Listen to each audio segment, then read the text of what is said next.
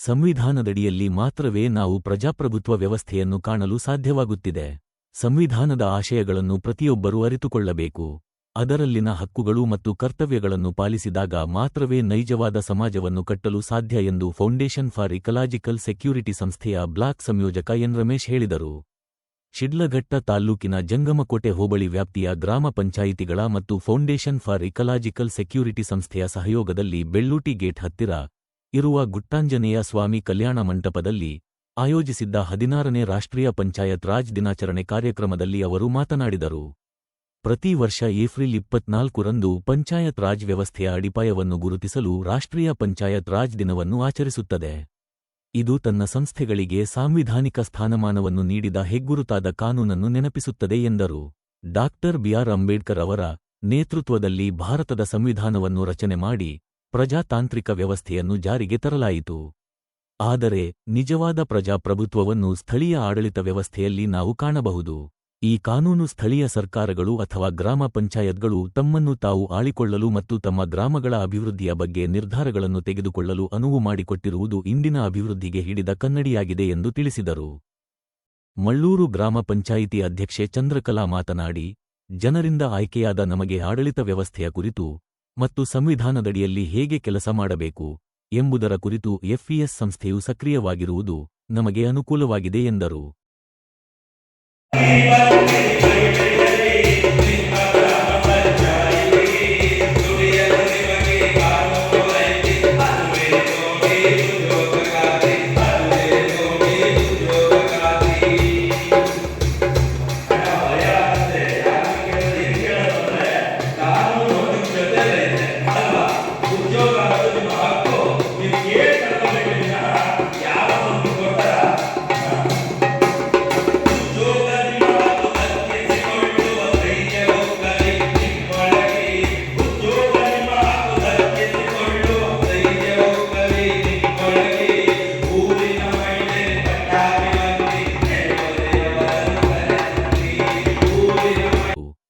ನಾಗಮಂಗಲ ಗ್ರಾಮ ಪಂಚಾಯಿತಿ ಅಭಿವೃದ್ಧಿ ಅಧಿಕಾರಿ ನಯನಾ ನಿಖತ್ ಅವರು ಮಾತನಾಡಿ, ರಾಷ್ಟ್ರೀಯ ಪಂಚಾಯತ್ ರಾಜ್ ದಿನಾಚರಣೆ ಕಾರ್ಯಕ್ರಮವನ್ನು ಒಂದು ರಾಷ್ಟ್ರೀಯ ಹಬ್ಬವನ್ನಾಗಿ ಆಚರಣೆ ಮಾಡಬೇಕು. ಪಂಚಾಯಿತಿ ವ್ಯವಸ್ಥೆಯನ್ನು ಬಲಪಡಿಸಬೇಕಾದರೆ ನಾವೆಲ್ಲರೂ ವಾರ್ಡ್ ಸಭೆ ಮತ್ತು ಗ್ರಾಮಸಭೆಗಳಲ್ಲಿ ಸಕ್ರಿಯವಾಗಿ ಭಾಗವಹಿಸಿ ನಮ್ಮ ಗ್ರಾಮಗಳ ಸರ್ವತೋಮುಖ ಅಭಿವೃದ್ಧಿಗೆ ಸಹಕಾರವನ್ನು ನೀಡಬೇಕೆಂದು ತಿಳಿಸಿದರು. ಸಂಪನ್ಮೂಲ ವ್ಯಕ್ತಿ ಶೈಲಜಾ ಅವರು ಪಂಚಾಯಿತಿ ವ್ಯವಸ್ಥೆ ಬೆಳೆದು ಬಂದ ಇತಿಹಾಸ ತಿಳಿಸಿದರು. ನಾಗಮಂಗಲ ಗ್ರಾಮ ಪಂಚಾಯಿತಿ ಅಧ್ಯಕ್ಷ ಪಿಳ್ಳಪ್ಪ, ಸದಸ್ಯ ಶ್ರೀನಿವಾಸಗೌಡ, ಸಂಪನ್ಮೂಲ ವ್ಯಕ್ತಿ ಕ್ಯಾತಪ್ಪ, ಎಫ್ಇಎಸ್ ಸಂಸ್ಥೆಯ ನರೇಂದ್ರ ಬಾಬು, ವೈಎನ್ ನರಸಿಂಹಪ್ಪ, ಲೀಲಾವತಿ, ಎಸ್ಜಿ ಗೋಪಿ, ಗ್ರಾಮ ಪಂಚಾಯಿತಿ ಉಪಾಧ್ಯಕ್ಷರುಗಳು, ಸದಸ್ಯರು, ಎನ್ಆರ್ಎಲ್ಎಂ ಒಕ್ಕೂಟದ ಸದಸ್ಯರು, ಸಮುದಾಯದ ಸದಸ್ಯರು, ಸಂಪನ್ಮೂಲ ವ್ಯಕ್ತಿಗಳು ಭಾಗವಹಿಸಿದ್ದರು. M. Muninarayana, SPM news, Sidlaghatta.